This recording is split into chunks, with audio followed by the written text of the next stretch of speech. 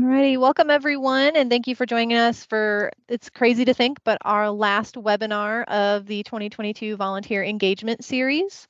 I don't know about you, but this year has gone by way too fast, in my opinion. But we're excited today to have Jared with us, who's going to talk about leading from identity. And just a couple quick reminders, we are recording. So if you want to turn your camera off, now's the time. Make sure you keep yourself muted so that way we limit our background noise. And then I think there's going to be quite a bit of open discussion. So we're excited to be able to get everyone engaged in the conversation. And we just want to make sure that we keep that semi-PC. It is going to be kind of out there on YouTube, so let's not name names or anything like that. And with that, Jared, thank you so much for taking the time to speak with us today. We're excited to hear what you have to say. Well, thank you very much. I appreciate the opportunity to chat with everyone. A little bit about myself. I work for AmeriCorps Seniors out of CAC in Knoxville. And I have been doing this for about 2.5 years. I worked with Joni over in Blunt, and Mary is serving in that role now. She's on this call. And now I'm the lead RSVP over in Knoxville. One of the things I love doing is just sharing with others what I've learned along my journey. And so that's a little bit of today's chat. Leading from identity is something that's very impactful and powerful to me.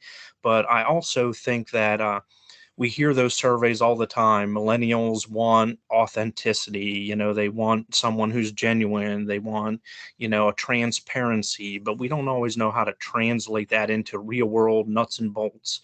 Um, so today is a little bit about how you can provide that and how you can be more authentic in your leadership style or your journey. I like to start by sharing a moment where I realized that who I am was more important to my volunteers than what I do. Her name was Judy. She was a volunteer when I led volunteers at a zoo. And she came by my office, and all she wanted to say was, "I hate Boo at the Zoo. It's a massive Halloween event. I hate it, and I don't want to volunteer for it, but I will if you ask me to." And I realized that she was saying, "I don't find volunteering for this event rewarding. I don't think it's important enough for me to come out and do, but I would still do it if you asked me to."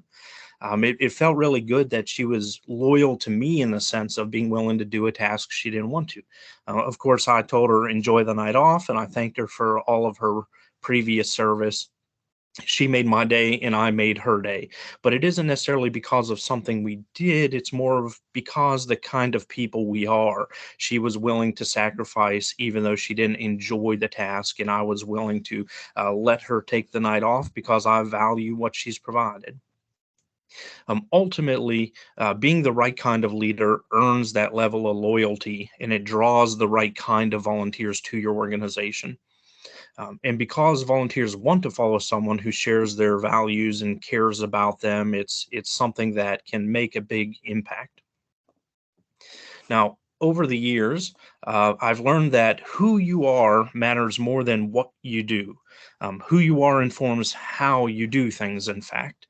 Our identity is far more important than the different strategies we use to recruit, retain, and mobilize volunteers. I think it's important to start on the same page, though. Merriam-Webster talks about identity as who someone is, the qualities, beliefs, etc., that make a particular person different from others. I think that in volunteer coordination, what we do is no secret, and best practices on how we do it can be learned, but who we are matters the most. Of course, there's no shortage of webinars, books, and websites that discuss the volunteer coordinator's essential toolbox. When it comes to what we do, those are things that you can learn. Those are things that people can just rote perform, even if their heart's not in it. And being the kind of genuine person that people want to follow will make a big difference. One thing I've learned is that someone who brings the wrong attitudes, traits, or tendencies to the job can actually drive volunteers away from an organization. There are only so many things you can do to keep a volunteer program afloat if the leader isn't the kind of person that people want to follow. So spending time on growing yourself into a strong leader can optimize the volunteer experience at your organization. And that's often about looking internally and seeing what you can grow in. It's not just about, memorizing a new set of things to do. If you focus on who you are, I feel recruitment, retention, and improved mobilization of volunteers naturally follows from that. It's the organic way to grow your program. Now, obviously, you could have just Googled the top 3 traits of a good leader and skip this chat. So we want to make sure we're providing something very valuable to you. Um, in a Google search, you would get results like good communicator and loyal and hardworking. But those are important to any job. What is unique about our job, and what are things that can make us uniquely successful? Today, I want to discuss 3 areas that aren't necessarily intuitive, but that research shows we can focus our energies on to see big results. Whenever we get to slides about showing your hands, feel free to use the meeting chat or unmute yourself. But the first question we've got is, do you feel like you are always humane? I'm hoping everybody is typing yes right now. All of us would like to think that we are humane most of the time, all of the time. Um, and that's something that there's nowhere on a resume to put that you're humane. That's something that people kind of hopefully assume, but it's absolutely essential to volunteer services. Do you feel like your organization is always humane? Hopefully, the answer is still yes. But that one's a little trickier. Are organizations always humane, or do they sometimes make decisions that seem to be counterintuitive to taking care of people specifically? Everyone assumes that every organization will be humane all the time, which is why we never discuss it. But that's also why we feel shocked when something inhumane is uncovered in the news. Merriam-Webster defines humane as marked by compassion, sympathy, or consideration for humans. If you don't care about people, you're probably in the wrong field. No volunteer wants to follow a leader who doesn't care about others. Volunteer organizations care about causes, but it can often feel like the organization doesn't care about the volunteer. Businesses, nonprofits, and governments are all institutions, and they can feel cold and inhumane at times. The volunteer coordinator is that bridge. The volunteer coordinator shows a real concern for their volunteers on behalf of the organization. Think of it as coordinators are the human face of impersonal institutions. And this can often be needed. We would like to think that all organizations are humane all the time, especially in caring for their volunteers. But the reality is, we spend an awful lot of time talking about getting staff buy in. We literally have to discuss motivating coworkers to value volunteers because not everybody does. We feel that the value of volunteers is self evident, but often leadership or staff are detached from that part of the overall culture. And it's something we have to guide coworkers in appreciating. Organizations need hyper humane people in their volunteer service departments, both to care for the volunteers and to advocate for them. It's important that we realize volunteers won't stay if they don't feel valued. And note that I avoid saying appreciated. There's only so much free stuff you can throw at volunteers, and free stuff doesn't always convey value. Appreciation can mean a lot of things to different people, but value is something we have to be focused on conveying. Appreciation only goes so far if it feels like lip service. Appreciation only goes so far if they feel taken advantage of or if they feel looked down on. And even if they don't feel looked down on by you, if other staff members look down on volunteers, that really detracts from the value they feel as a part of your organization. And volunteers will call our bluff every time if they feel like our appreciation is just tactics and strategies. So finding unique ways to show value is important. Organizations need a coordinator who shows authentic, genuine, caring commitment to individual volunteers. Sometimes the organization as an institution can't show that individual care, and that's what our role is. That makes people feel valuable and valued. Now, I want to encourage you in two areas. First, humane probably already describes you. You were drawn to volunteer services precisely because you are humane already. What I want to encourage you is to embrace it and live it, even when being humane feels like streaming upstream, either in your culture, in your region, or in your organization. You're the right kind of person to be in this field, and you're exactly what organizations need to balance out the distant and rather inhumane aspects of institutionalization. Just think about policies, procedures, upper level decision making that sometimes doesn't account for the human impact. We're there to smooth those out. Second, I tell people humaneness works. If you're looking for ways to retain your volunteers, to inspire new volunteers to join you, and to increase mobilization, the fact is that humaneness is something that makes a tangible difference. A humane, compassionate coordinator is just what volunteers want and need. It's exactly what works in the volunteer services occupation. A volunteer coordinator who is humane will draw volunteers, which is recruitment, will keep volunteers loyal, which is retention, and will inspire and re engage volunteers to do more, which is mobilization. We get some insights in this from advertising as well. Culture and economics have not always embraced the humane. Profit over people has often been the American business model. But something interesting is shifting in our culture. Our best secret that being humane is a path to success is being recognized as the best practice for businesses as well. The book Marketing Rebellion by Mark Schaefer investigates the state of advertising today, and he discovers that traditional marketing is becoming irrelevant. Think of it this way: when's the last time you remember hearing an ad? We click skip on them on YouTube, we tune them out or scroll past them on social media. We pay for streaming to avoid advertisements in cable. I can't remember the last time I saw a billboard that actually stuck in my mind. We tune out all marketing in our advertisement saturated environment, unless Schaefer reveals that there is one thing that breaks through all that noise: the humane. Stories of human impact, of compassion, break through people's walls.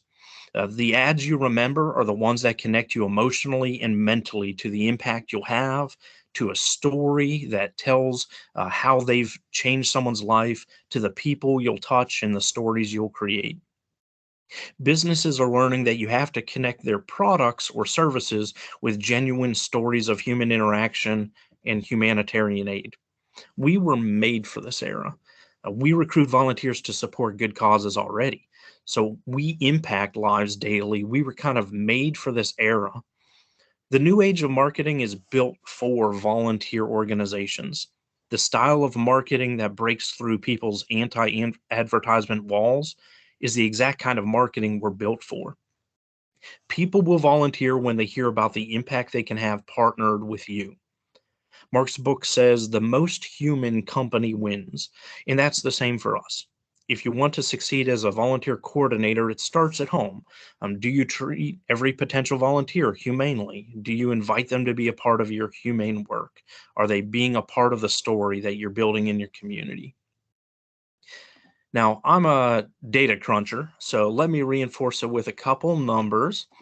A recent study showed that 83% of volunteers are motivated by making a positive impact. 72% want to be productive. 65% want to support a particular cause. 80% want to understand the impact of their service.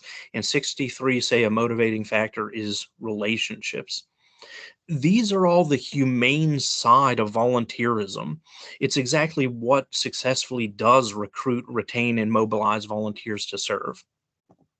Less than 1/3 of volunteers in the Sterling study said that setting a good example, building skill sets, or spending quality time with friends and family they already have were values that motivate them to volunteer. These are the self-focused motivations, and they don't necessarily move as many people. What motivates volunteers is the humane, social, and impactful elements, and they need to see those in their leadership. Keeping volunteers engaged is the same. Only 27% of volunteers say that gratitude or recognition by staff in their organization is what keeps them motivated, whereas 80% of organizations say that gratitude and recognition is primarily how they keep their volunteers engaged. 24% of volunteers say no need for recognition at all. 57% say that they feel an email, letter, or verbal gratitude is sufficient. And I thought this was fascinating. Only 3% of volunteers desire events to recognize their efforts, and whereas 19% of organizations focus on events to show recognition. Now, hear me on this. Having events isn't a bad thing. I have recognition events. But again, it misses the boat on what 97% of volunteers really need to keep motivated. Volunteers consider different things as rewarding than organizations do. So showing gratitude and having events is a starting point, but having them be authentic and genuine is far more important. And having them have an element where you're sharing the results and the impact of the volunteers' work. Not just a list of we provided this many hours, but maybe the story of a client, the story of a testimonial from someone whose life was impacted. The genuine definitely wins out. I encourage people to be genuine in your appreciation. Tell volunteers thank you all the time, and tell volunteers stories about their impact. When you get that thank you card in the mail, make sure to put that in your newsletter. Let people know what impact they are having. Connect them with those they've helped. If there's opportunities for them to meet or hear a video testimonial of someone that their impact has served, it makes all the difference. Adam Grant says that givers care deeply about doing jobs that benefit other people. And that's what we're looking for in our organizations, volunteers who care deeply about our mission and how we're impacting the local community. Now, this quote introduces our second major attribute that makes volunteer leaders thrive: being a giver. So, people generally break down into three reciprocity styles. And by reciprocity, I mean your knee jerk response in interactions with others.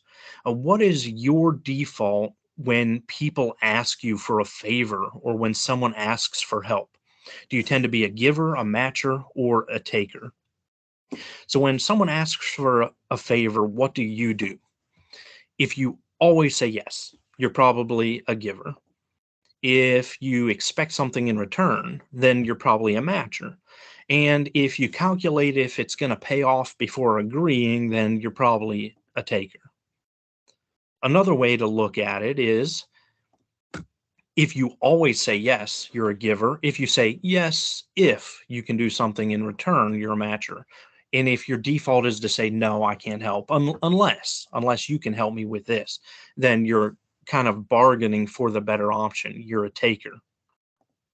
Here's one other way to check. Feel free to put your answers in the chat here. But if you and a stranger are both going to get money and you get to decide how much, you'll never have to meet the stranger. Which option would you choose? A, B, or C? A is that you get $5 and they get 5. B is that you get 8 and they get 4. And C is that you get 5 and they get $7.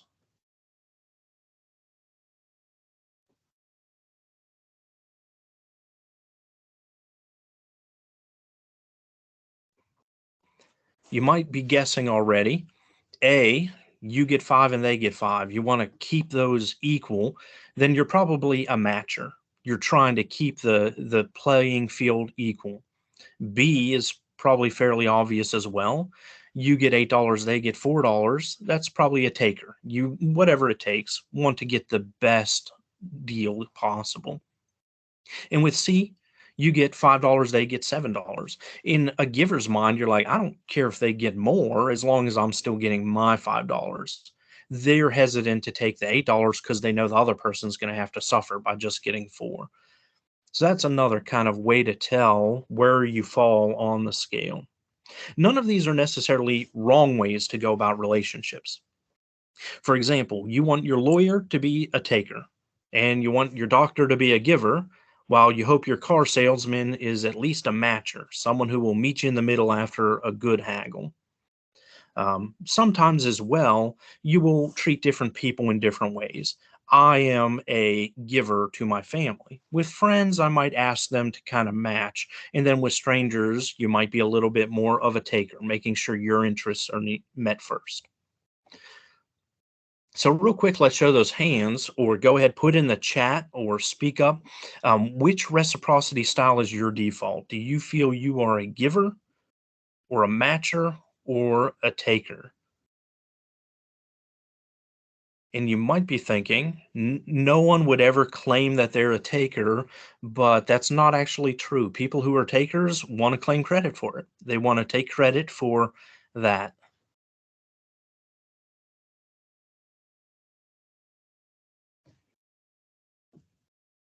I'm going to guess that most of the people here are actually givers. But I also want to ask, which style does American culture tend to give deference to and idolize?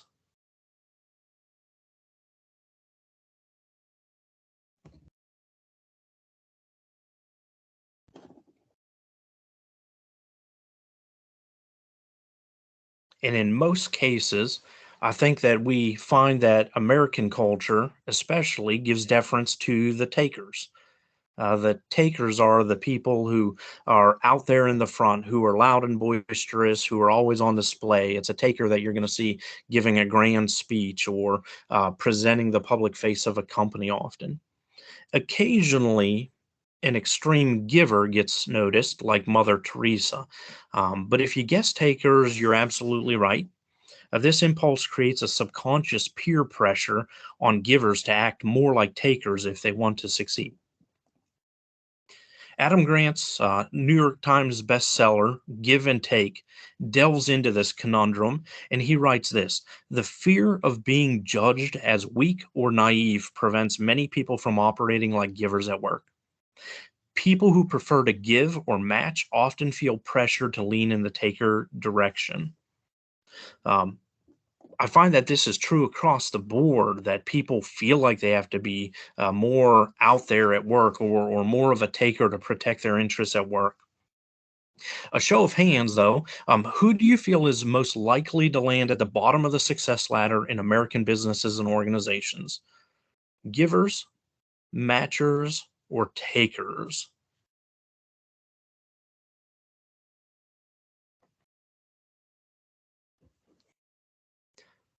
Now, if you guessed that givers fall at the bottom of the ladder, it turns out that you're right. Sometimes givers give to excess. They might not get their own work done because they help coworkers too much. They may make more mistakes, losing focus as they multitask to help others. They might not get credit for their work because they're too quick to give credit to others. They might not get help because they default to being the ones giving help.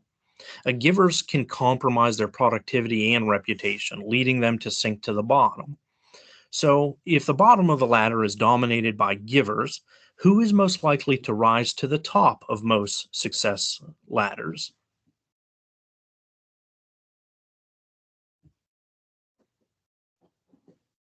I think that our tendency is to say that takers are the ones who are going to rise to the top. And if you were thinking that in your mind, that takers are the ones rising to the top, that sort of reinforces that our American knee jerk tendency is to defer to takers. But you would be wrong. Who out there said matchers? So if you went with matchers to dominate the top of ladders, you might be surprised to find out that you were wrong too. It's the givers again. While the bottom of the ladder tends to have more givers than takers or matchers, so does the top. The top performers in organizations across a wide range of disciplines are givers, while matchers and takers tend to dominate the middle. Givers tend to get more help because they give more help. They tend to be liked. They get cheered on by others. People support and advocate for them and their actions. No one is trying to knock them down a peg like we do with takers. Takers may rise quickly, but just as quickly they get knocked down, and they end up burning too many bridges and souring too many relationships to maintain peak success over the long haul. Givers rise slower, but they stay entrenched when they reach the top. We need to turn around our idea that takers always win, or that the good guys finish last, because givers are the true powerhouses of society. And never feel guilted into taking around the workplace. Trust that impulse of yours to be a giver, because it will pay off over time. I find that volunteer services attracts coordinators who are already givers.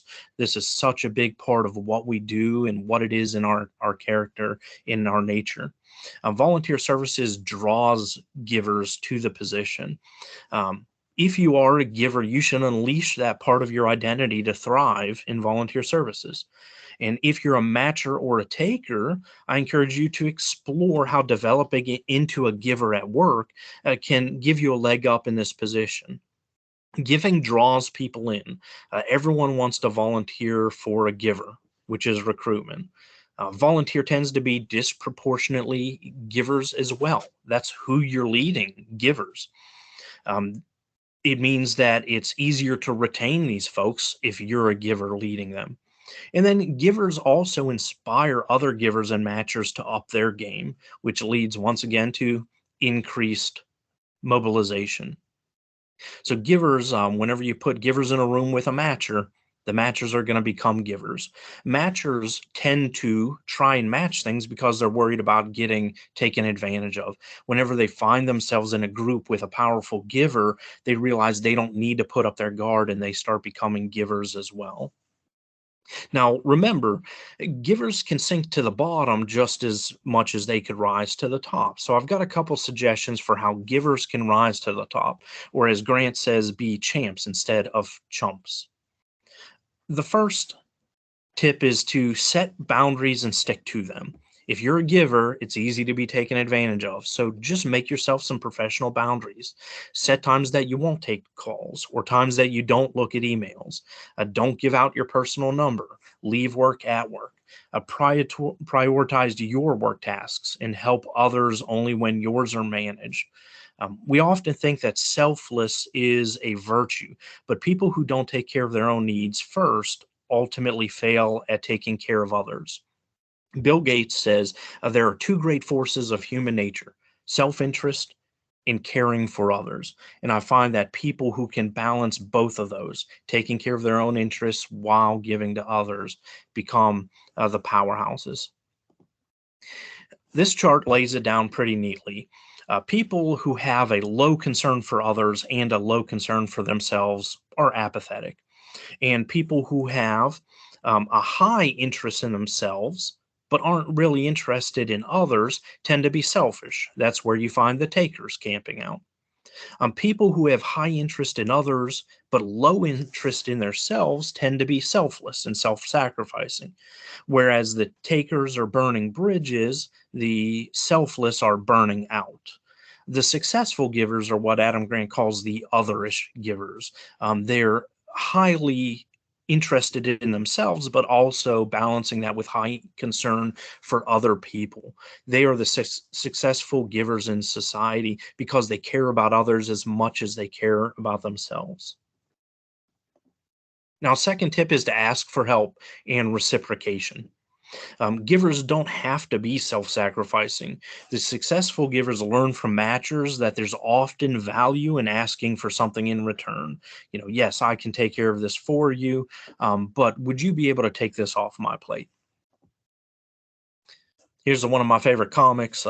It's counselor talking with Santa Claus, and they say, so in all of your relationships, you always have to be the giver. I think sometimes we find ourselves in that position, and we need to remember that balance is healthy, balance is good.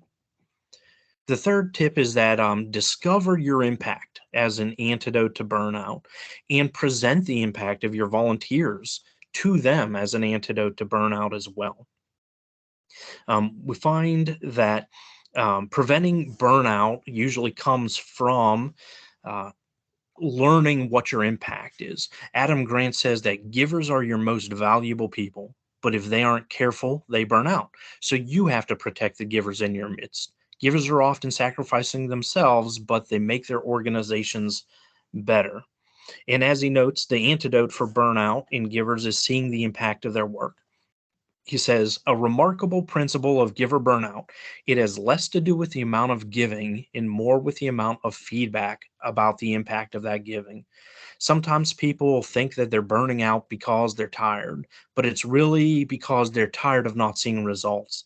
And a lot of times, that's just because they're volunteering in a capacity that might be behind the scenes and they're not seeing the direct results of their labor. Helping connect your office staff with how their work is helping people out in the field achieve more can make all the difference in fighting off that kind of burnout. Fourth, identify givers and matchers in your network, whether these are coworkers, whether these are partners at other organizations, whether these are people who you lean on every day, or just volunteers who come in once in a while. Knowing the people who you can help generously and expect a generous return from can make a big difference. This lets you know who to invest in more heavily. Givers are constantly finding creative win-win solutions where everyone walks away better than they started. Matchers will seek to reciprocate every time they receive. So you can rely on them at least for that return, but they also tend to catch the giving bug and give more whenever they're in a group with givers. And then finally, identify takers in your network. It's important to know who the takers are. Those are the people you may have to say, I can't help until I've got my project done. These are the people that you need to be a little bit more aware of. When I first learned about givers and takers, my impulse was just load up my team with givers. And that will balance out the takers, or it will infect the takers to become givers, but it actually doesn't work that way. On any team that has a taker, what actually happens is that givers become matchers. They actually step back. They realize that they're going to be giving, the taker's going to be taking, and that they're going to be taken advantage of. And then they start requiring something in return. A taker on the team will actually start making givers produce less and be more guarded. Um, Adam Grant suggests that the challenge is not to recruit more givers as much as it is to weed out the takers, to find out other things that they can be doing where they won't be infecting other people. If you identify takers in your network, at least it lets you know who to be careful around, who to guide in a different way, or who to try and inspire to try out giving in their volunteer position. Just because taking is their default at their work or in their home or wherever else they are, whenever they come to your place, you might be able to encourage them to step up. Now, one thing I always encourage people as well is don't judge a book by its cover.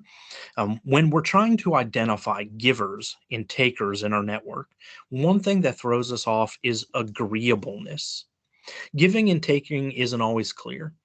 Givers aren't always nice, and takers aren't always mean people.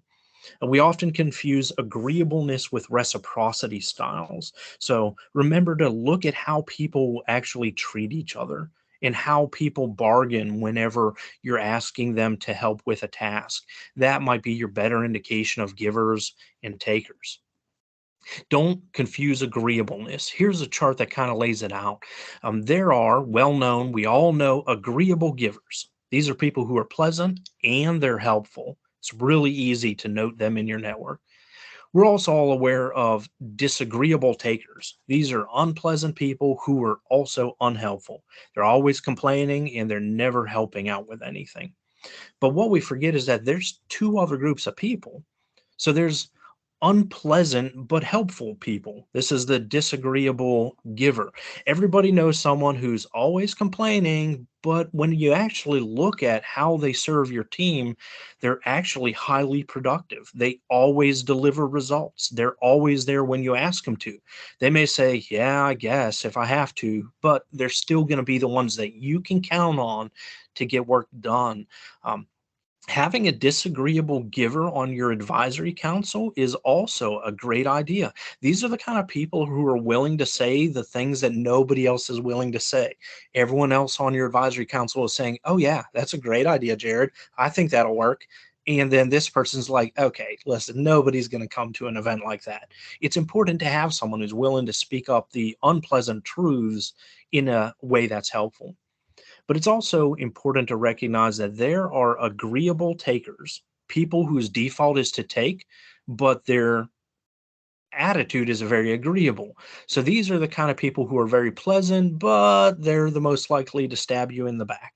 Right? They're the ones who are going to take instead of giving. They're the ones who's going to expect more in return than they're contributing. So it's important to kind of set aside your impression on whether someone's an agreeable person and look a little bit closer at how they interact with others and how they interact with you, how they respond to tasks. Are they always saying yes? Are they always saying yes if, or are they always saying no unless? When it comes to reciprocity, giving is the tendency that wins the day. I encourage people, most of you are probably givers already, but double down on that impulse. Society is slanted toward takers, but givers are actually the ones who dominate the top if they're strategic about how they give. The third aspect that I like to encourage people in is understanding personalities, understanding your own personality and the personalities of people on your team, in particular, introverts and extroverts. So I love this meme, and it really speaks to me. I tend to be an introvert. People always tell introverts to be more talkative and leave their comfort zone, yet no one tells extroverts to shut up and make the zone comfortable. You can tell in society, we're always telling introverts, you need to get out of your shell, but nobody's telling extroverts, you need to tone it down. So I think we already know what direction American society is slanted toward when it comes to personality. So here, feel free to toss in the chat. Do you tend to be an introvert or do you tend to be an extrovert? What's your tendency? One thing I find is that volunteer coordinators tend toward the introverted side. If you're an extrovert in this role, you can also succeed. But one thing that's important is to try and learn from your introverts. Find the introverts on your volunteer team and embrace that identity and encourage them to speak up and contribute. Susan Cain wrote a book called Quiet, and I love the subtitle, "The Power of Introverts in a World That Can't Stop Talking." The book is aimed at helping extroverts learn to appreciate what introverts add to the team, and it aims to inspire introverts to embrace their natural leanings because of the unique value that they bring to the table. Do you see these phrases on the screen? They sound like oxymorons: a radical humility, quiet fortitude, shy and courageous, or quiet strength. These are all phrases that appeared in obituaries after Rosa Parks passed away, a very introverted and quiet person who nonetheless inspired a 381-day bus boycott. Um, Introverts do change the world. They just do it quietly in their own timeline, in their own manner. America tends to favor the bold, the loud, and the boisterous. But bold doesn't have to be loud or boisterous. There's power in quiet resolve that is often overlooked and undervalued in our noisy world. Even in America, one of the loudest and most extroverted countries in the world, Studies suggest that somewhere between 1/3 and 1/2 of our population is introverts. If you know 3 people, then you know an introvert. There are literally billions of us quietly strong like Rosa Parks. We do live in an introverted culture, and so it pays to understand it. Susan Cain says the archetypal extrovert prefers action to contemplation, risk taking to heed taking, and certainty to doubt. You can quickly see why a society of nothing but extroverts would grind itself into the ground. A world that acts instead of thinking is headed for trouble. So introverts are what balance the world out. Introverts tend to be the thinkers who uncover some of the most brilliant discoveries. Introverts brought us the theory of gravity, the theory of relativity, Google, E.T., Harry Potter, and put more eloquently by Winifred Gallagher, neither E equals MC squared nor Paradise Lost was dashed off by a party animal. If you can imagine, more than half of our science, more than half of our technology, more than half of our art would be lost if we lost the half of us who are just quietly producing things that take a lot of thought to bring out. Let's look real quick what introverts bring to our team. They come prepared. All right. These are people who thought about it, probably overthought about it, probably obsessed about it before they showed up. They have thought out what they want to say. They're not going to speak up on impulse. They're going to take it home, camp on it, and bring back a well thought out response. They avoid risk taking and rash decisions. They tend to ask questions and clarify instructions. I love when I find volunteers who know when to stop and come to me and say, I think I'm headed in the wrong direction. Can you clarify what I need to be doing? Whenever you know that you can trust someone to check in on you whenever they have a question, you don't have to go and watch them all the time. It's a volunteer that is gold because they don't require as much management and supervision. They also value getting it right the first time, which is what stops them in their tracks whenever they're not sure they're headed in the right direction. They also notice details that others miss. They tend to be incredibly observant. They tend to be empathetic and caring. They're quietly assessing. They're watching facial expressions. They're listening to what is meant, not just what is said. They're cooperative team players. They tend to be sensitive to injustice. They have a better focus often and they make less mistakes. And meek doesn't mean weak, it just means strength under control. You'll find a lot of strong people who are out there ready to contribute in powerful and meaningful ways, with all the focus, with all the attention to details that they come, with all the willingness to go home and do prep work. So introverts bring all kinds of value to the team. So one thing I encourage extroverts who are in this role, volunteer coordinators, doing volunteer administration, lean on introverts around you for insight and perspective. If you build an advisory board that has nothing but people who look like you're never going to expand your horizons. You have to have people with different personalities, with different perspectives, with different backgrounds. So lean on the introverts. And I always encourage introverts, embrace and lean into your tendency. Don't let American society guilt you into trying to be more extroverted. On one hand, extroverted might look confident, but people might get that feeling that you're not authentic about it, that you're not genuine, that you're not being you. People want to know the transparent you, and that's a really important and powerful thing. Introversion on its own brings incredible gifts to the table. You also tend to focus on the details. You tend to be empathetic with people. You tend to ask questions, get things right. I always encourage people, no matter where they fall on the scale, extrovert, introvert, somewhere in the middle, create a volunteer environment where both personalities can thrive. Kind of target which roles are better for which activity. When I worked at a zoo, office work was often my best introverts, and going out in the public and speaking to people about animals, that was an extroverted task. Encouraging introverts to try getting out there to speak with people made a big difference too, because guess what? They're the ones who did all the prep work. They've got answers to the questions. They research the animals.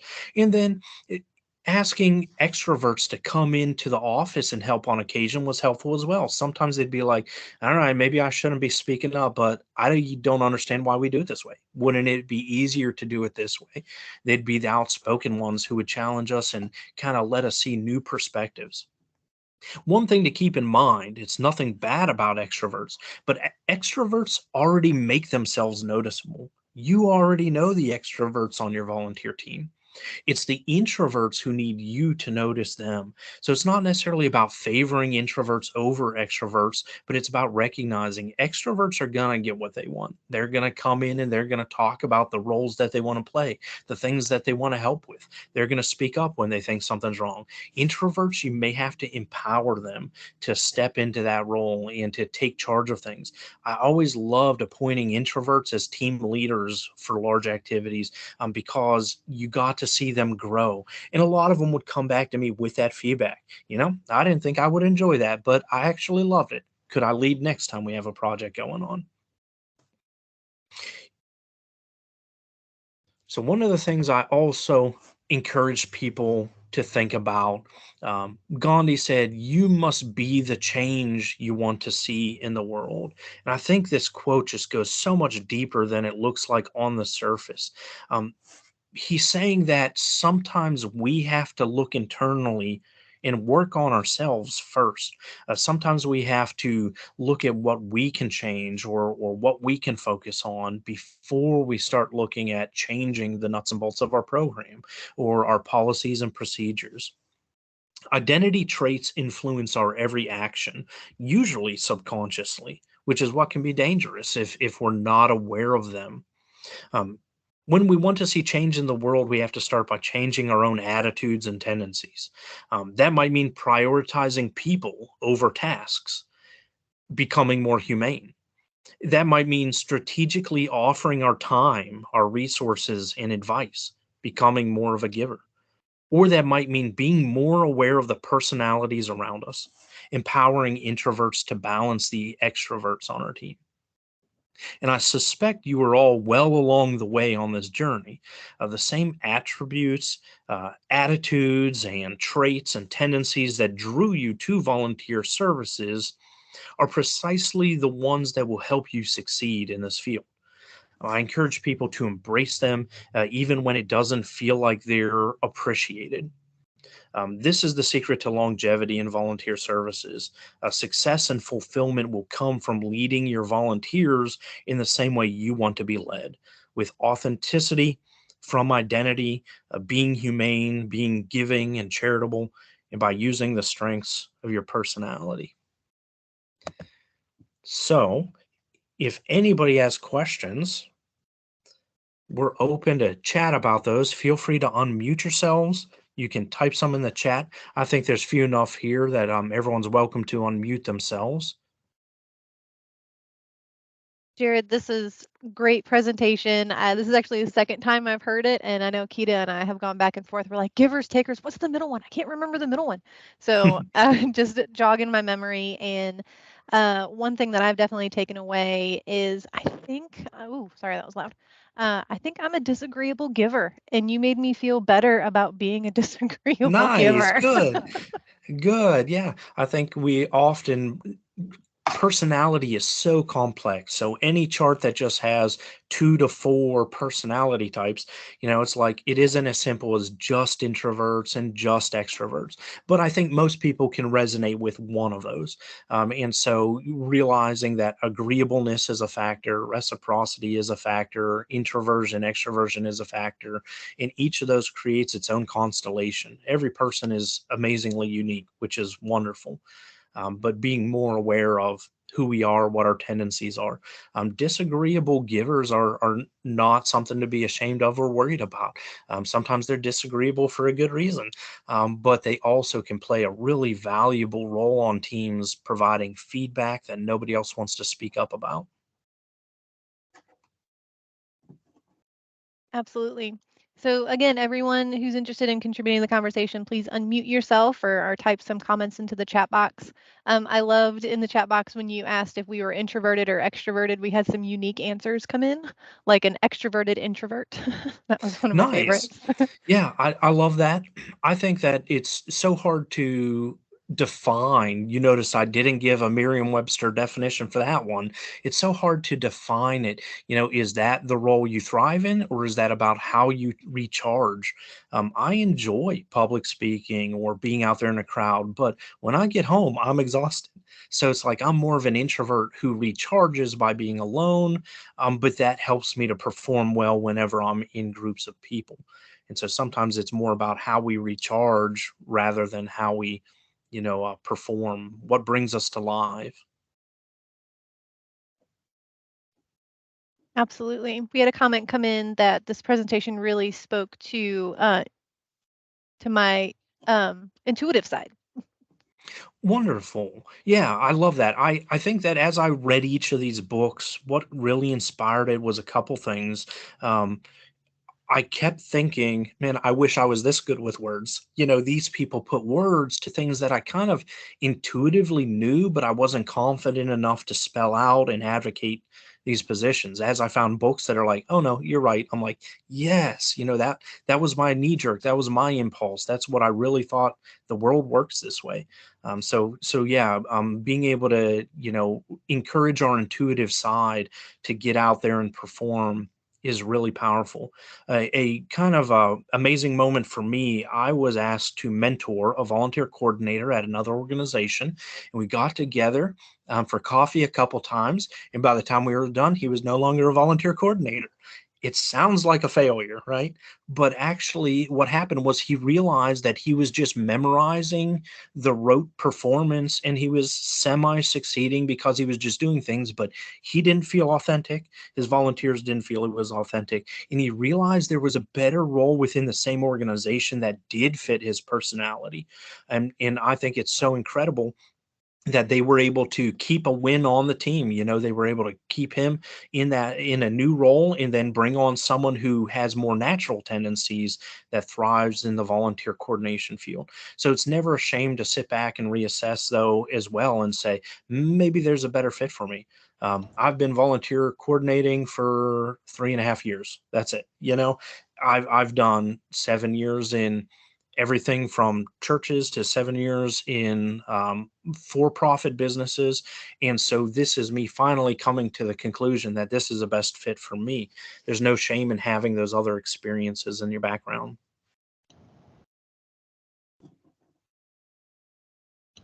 I had a very similar situation to where a volunteer coordinator said, I don't like talking to people. I don't like people. And I'm just thinking, oh, let's reevaluate, because that's a huge Right. component to this job.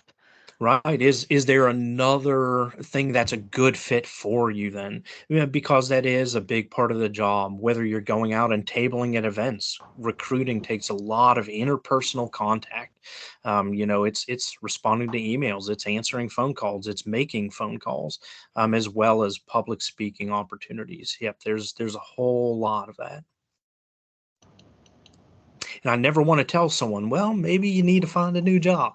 But, sometimes that's empowering as well. Maybe that's a little disagreeable giver in me. I want to give them advice, but I want to shoot them straight. I think that people can make this job work, but is that what you want in life? Just making a job work. I think this is always really empowering to me because I realize that what I already bring to the table, I don't need to feel guilty about, even if society leans in an extrovert direction or leans in a taker direction or tends to give, more value to those.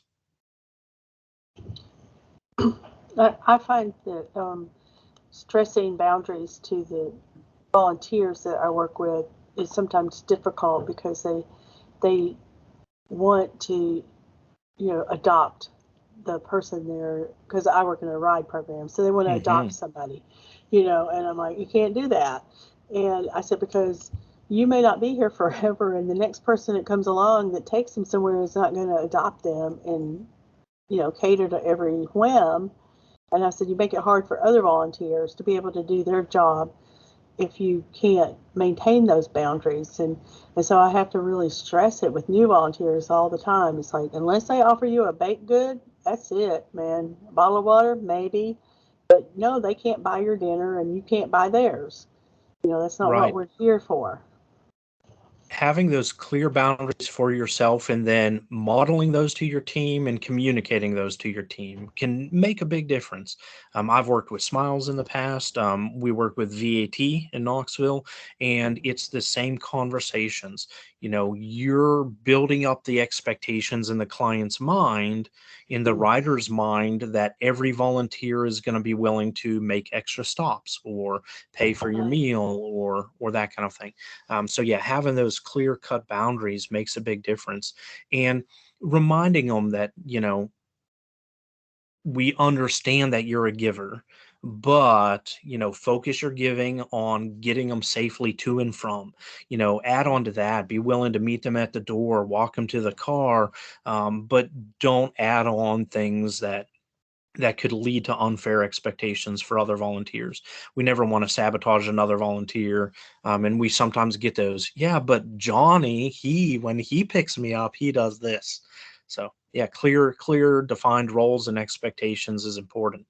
And we can let people know, I appreciate the side of you that's a giver. And I think you're so great in this role because of that. I do want you to box that giving in when it comes to these behaviors. I don't want you buying meals or accepting meals from the riders. I almost feel like the conversation of givers, takers, and matchers should be in like our volunteer trainings, so we can kind of help set those boundaries and just have that kind of discussion. We did have a comment come in the chat box that I think you're really going to enjoy. I feel like I have identified an additional personality trait. I can recognize that I'm a giver and how that can become a strength and weakness in my profession and volunteering. Thank you. Wonderful. It's a Yeah. big compliment. And it's so important. I think that knowing for volunteer training, for volunteers to know, which people are takers, which people are matchers, which people are givers, that helps them know, they can say the same thing to a rider. I appreciate your willingness to give, your desire to give. And, I believe in that heart. But, since I'm serving a program, I can't accept a meal. If we need to go through the drive-through, we can do that, but next time make sure it's on the ticket. They have the words to communicate these things whenever we teach them a little bit more about givers, takers, and matchers as well. And I love when people, are like, I am a giver, but I didn't know that there wasn't a word for it. I love whenever I run into a conundrum and find out that somebody's already labeled it. Labels sometimes are unhelpful. Other times they really put a word to what we all communally experience. Absolutely. We've had a couple people type in the chat box about adding the givers, takers, and I know I say that in the wrong order. There's no Givers. order. You're always right, Sydney. Oh, here we go. Okay, always right. Key to remember that. No, but adding that, especially to our volunteer training after someone has been volunteering for a while, so maybe like an update Yeah, training. And I I feel think. like if Go there's ahead. if there's tension in the group or something, stressful happens and you can feel that, oh, some people aren't getting along, this could be a way to kind of break that ice, like, oh, maybe that person is doing certain actions because they are one of these three things, and now we can understand it a little bit more and it not be an attack against the person, but just kind of the situation. Right. Especially if you have any kind of programs where you do match people up. Shania and I run senior care calls. We find volunteers, we match them with lonely and isolated seniors. It's really important on our interviews to find out if someone might be disagreeable, even if they're a giver, because that might not be the kind of conversations we want to have. We want the volunteers to be agreeable in addition to being givers, but then also we want to give a volunteer a heads up if a client receiving calls is a disagreeable person. They still need love and care and encouragement and support. But the volunteer kind of needs a heads up that this person's going to be down. You're going to have to present positive things to the conversation. I think it's also important that volunteers after a year or two, they want more than just the one-on-one. They want advanced training. One thing I did at the zoo was advanced volunteers who had been there for a while. We created a mentoring program, and they could come and be trained as a mentor and then mentor a new volunteer. That doesn't always work in every program because schedules and limited office space. A zoo is or a museum is a better environment where they can go out in pairs to serve. Um, but that's another thing. You can give volunteers advanced training, and this kind of content can be very helpful in that training. It gives them something to realize there's added value to volunteering. I'm learning. One thing I always say is we need to put learning back into service learning. Like we say service learning, but we really sometimes just mean people will learn along the way as they serve. But I think there's intentional learning that volunteers could benefit from. So yeah, absolutely pull together some thoughts or handbooks or short trainings that would present this information. I can also make sure that we get Sydney the slide deck here. That way, if anybody wants a copy of it, you're welcome to go through it, see some of these quotes, see some of these books. The first one, Marketing Rebellion, is by Mark Schaefer, and he actually lives right here in East Tennessee. His wife is one of our volunteers. And so that's how we got connected there and just realized he is a nationwide speaker. I was like, okay, I got to get your book and read it. But I realized how applicable his book is, focused almost exclusively on for-profit advertising. And I was like, you need to write a follow-up book that's just about how this type of marketing is uniquely situated for where we are as nonprofits. Yeah, absolutely. I don't see any other comments or questions in the chat box, but please feel free to unmute yourself and chat in. Jared, if you don't mind, I have a couple updates to share with the group. If you don't mind if I take over the sharing property here Please for a do. little bit. Let's see. Alrighty, here we go. Just a couple updates for everyone. Won't take too long. I just wanted to remind everyone that the Tennessee Federation for the Aging is having their annual conference, Bridging the Gaps, Working Together for Healthy Aging. Jared will be there speaking at a breakout session, so if you want to hear him again. It's going to be October 25th to the 27th in Pigeon Forge. There is early bird registration through next week. We extended it a little bit. So if you are a TFA member, the registration fee is $180 or $230 if you're not. After September 23rd, those registration fees increase. So if you're interested in attending sooner rather than later, get your registrations in. And we also have a single day rate. And I say we because I'm on the planning committee for the conference. So hopefully, if you all are interested, you can attend with us. There is a registration booklet that has all of the breakout sessions, keynote speakers. We have Toby Johnson, who with Volunteer Pro is going to be one of our keynotes, and she's going to speak a bit on volunteerism and getting a kind of a workforce together. So we're excited about that. And then if you're interested, I also have the link that you can register, and I'll be sending this out in the follow-up email along with Jared's slides that he's graciously agreed to give us.